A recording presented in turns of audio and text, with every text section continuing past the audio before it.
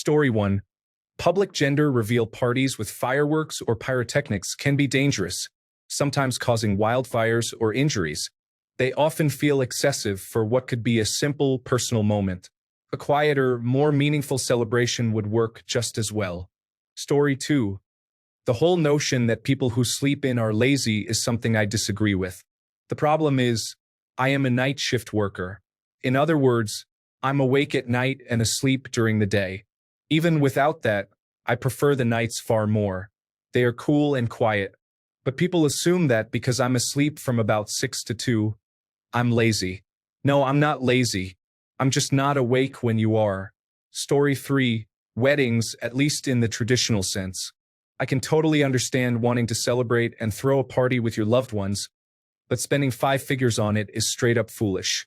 Don't drain or even strain your savings for a party. Also, the financial obligations couples impose on their closest friends for being in the wedding party is kind of unreasonable too. Story 4. Black Friday shopping could be another one to reconsider.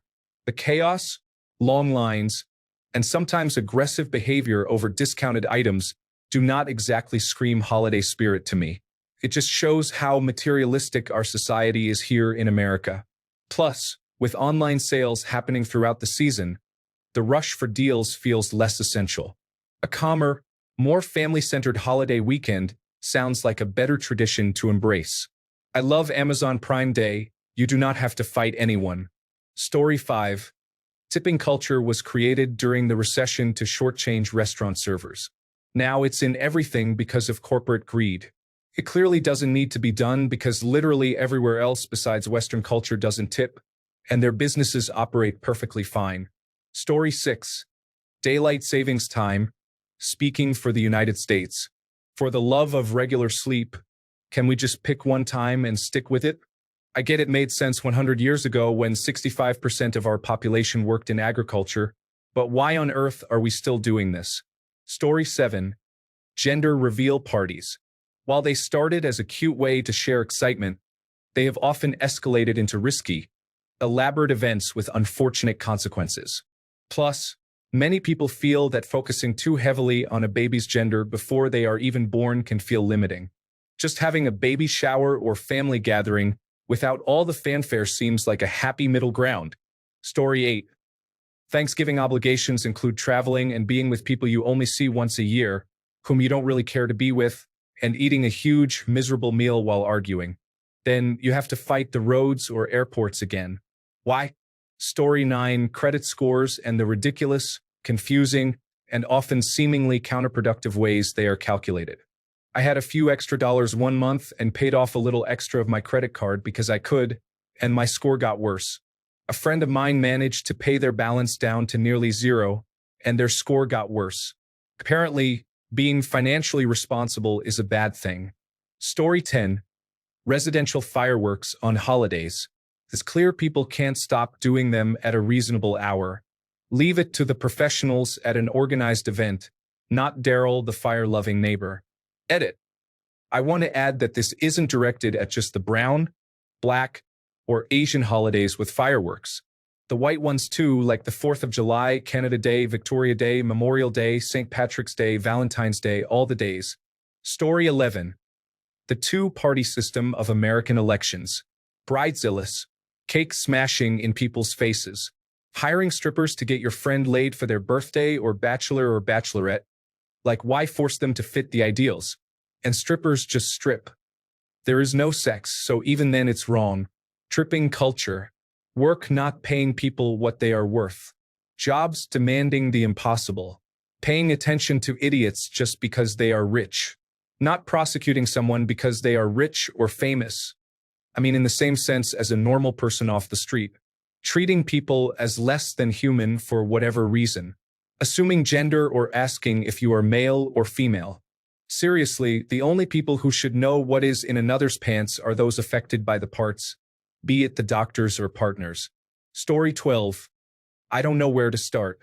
Anything that has an expectation for people to spend, often way beyond their means, for an event such as a wedding, Christmas, birthdays, bachelor parties, homecoming, prom, and so on. It is almost a constant culture of one-upping, and a lot of people suffer in the background because of it. Many of those things are not really traditions but social expectations. They should go away anyway. Story 13.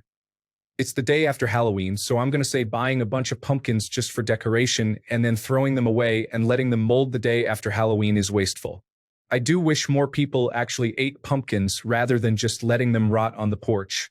There are a lot of pumpkin recipes that are rarely used, and most Americans only eat pumpkins as pies. Story 14. Expensive weddings.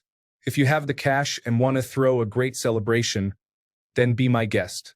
But if you can't afford it or will go into debt over it, a small and intimate party can mean just as much and be as much fun as a large one. Don't succumb to family or influencer pressure. Story 15. So many of the traditions around Christian weddings. The bouquet and garter toss. Yeah, edit.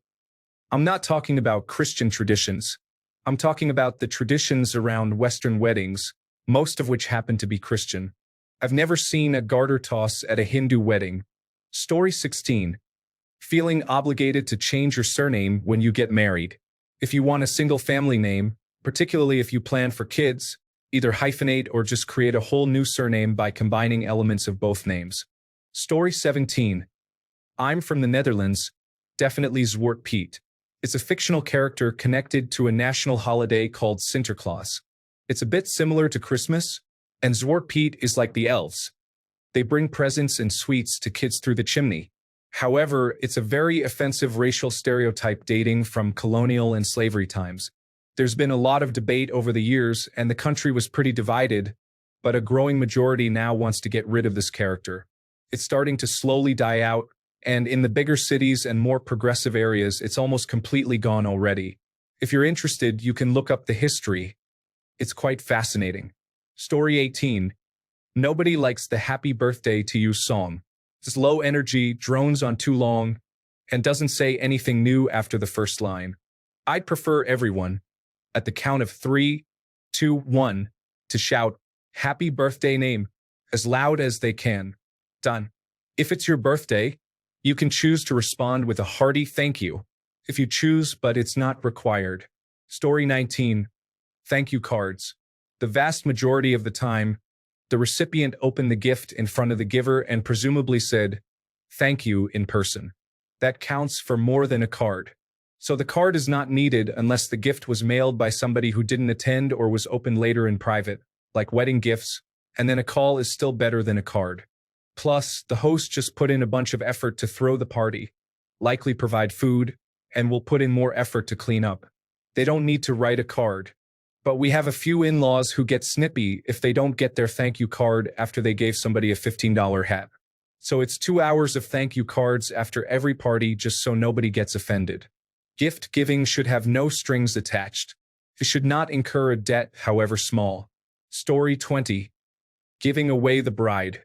I officiated the wedding of my dear friend, and I struggled with that. She wanted her mom to walk her down the aisle, which is sweet, but the phrasing "who gives this woman" bothered me. So I just changed it to "who brings this woman to be wed to the groom." It just feels so much less possessive of the bride and more like the parent has accompanied her on the journey. Maybe it's just me. I know that nobody really cared how I phrased it, but the giving away part just felt archaic and wrong. Story 21. Teaching children that Christopher Columbus discovered America is misleading. Additionally, it is important to address the misconception that the American Pilgrims were all friends with the Native Americans at the first Thanksgiving. Story 22, more of a proof of concept parent tradition, but the whole being extremely intense when it comes to your adult children and what they do with their partners. It's weird, man. Story 23, genital cutting. Edit of both boys and girls. No, it doesn't matter if an idiot in a white coat does it in a hospital for whatever medical reason. Story 24. Baby showers with tacky, insufferable games like, guess how many squares of toilet paper will fit around the expectant mom's midsection? Or, guess what type of chocolate bar was mushed into each clean diaper? Story 25. I guess this is a controversial take. Men being expected to give women special treatment, despite the conditions for initially receiving that special treatment no longer existing. Women getting special treatment because they are women, and women having equal rights and privileges are fundamentally incompatible concepts. Story 26. I love and hate piñatas at kids' birthdays. I feel bad because all the bigger kids end up taking or pushing away the weaker or smaller kids. I usually jump in and get as much candy as I can for the little ones. We should make it more common to have two piñatas, one for the big kids and another for the little ones. Story 27. The Electoral College, Citizens United, and having Election Day be on a Tuesday. Also, the American men's seeming inability to vote for a female president of the United States. The Second Amendment. America is so absurdly traditional that it's completely embarrassing. And anyone who disagrees with this or defends any of this is just revealing themselves as a regressive coward who clearly has nothing to offer. Story 28. Elf on a Shelf. Santa is a long tradition and parts of it are based on a real person, but Elf on a Shelf was a ruse to sell children's books. Enough lies to children. It's a lie on top of a lie. Story 29. Popular in Armenia. The red apple is part of a wild tradition. After the wedding night, the family of the fiancé checks the bed sheets to be convinced that his future wife was a virgin. Story 30. Hazing or initiations for Greek life, sports, certain jobs, and similar settings that reinforce mob mentality and encourage people to act foolishly for the sake of fitting into a group.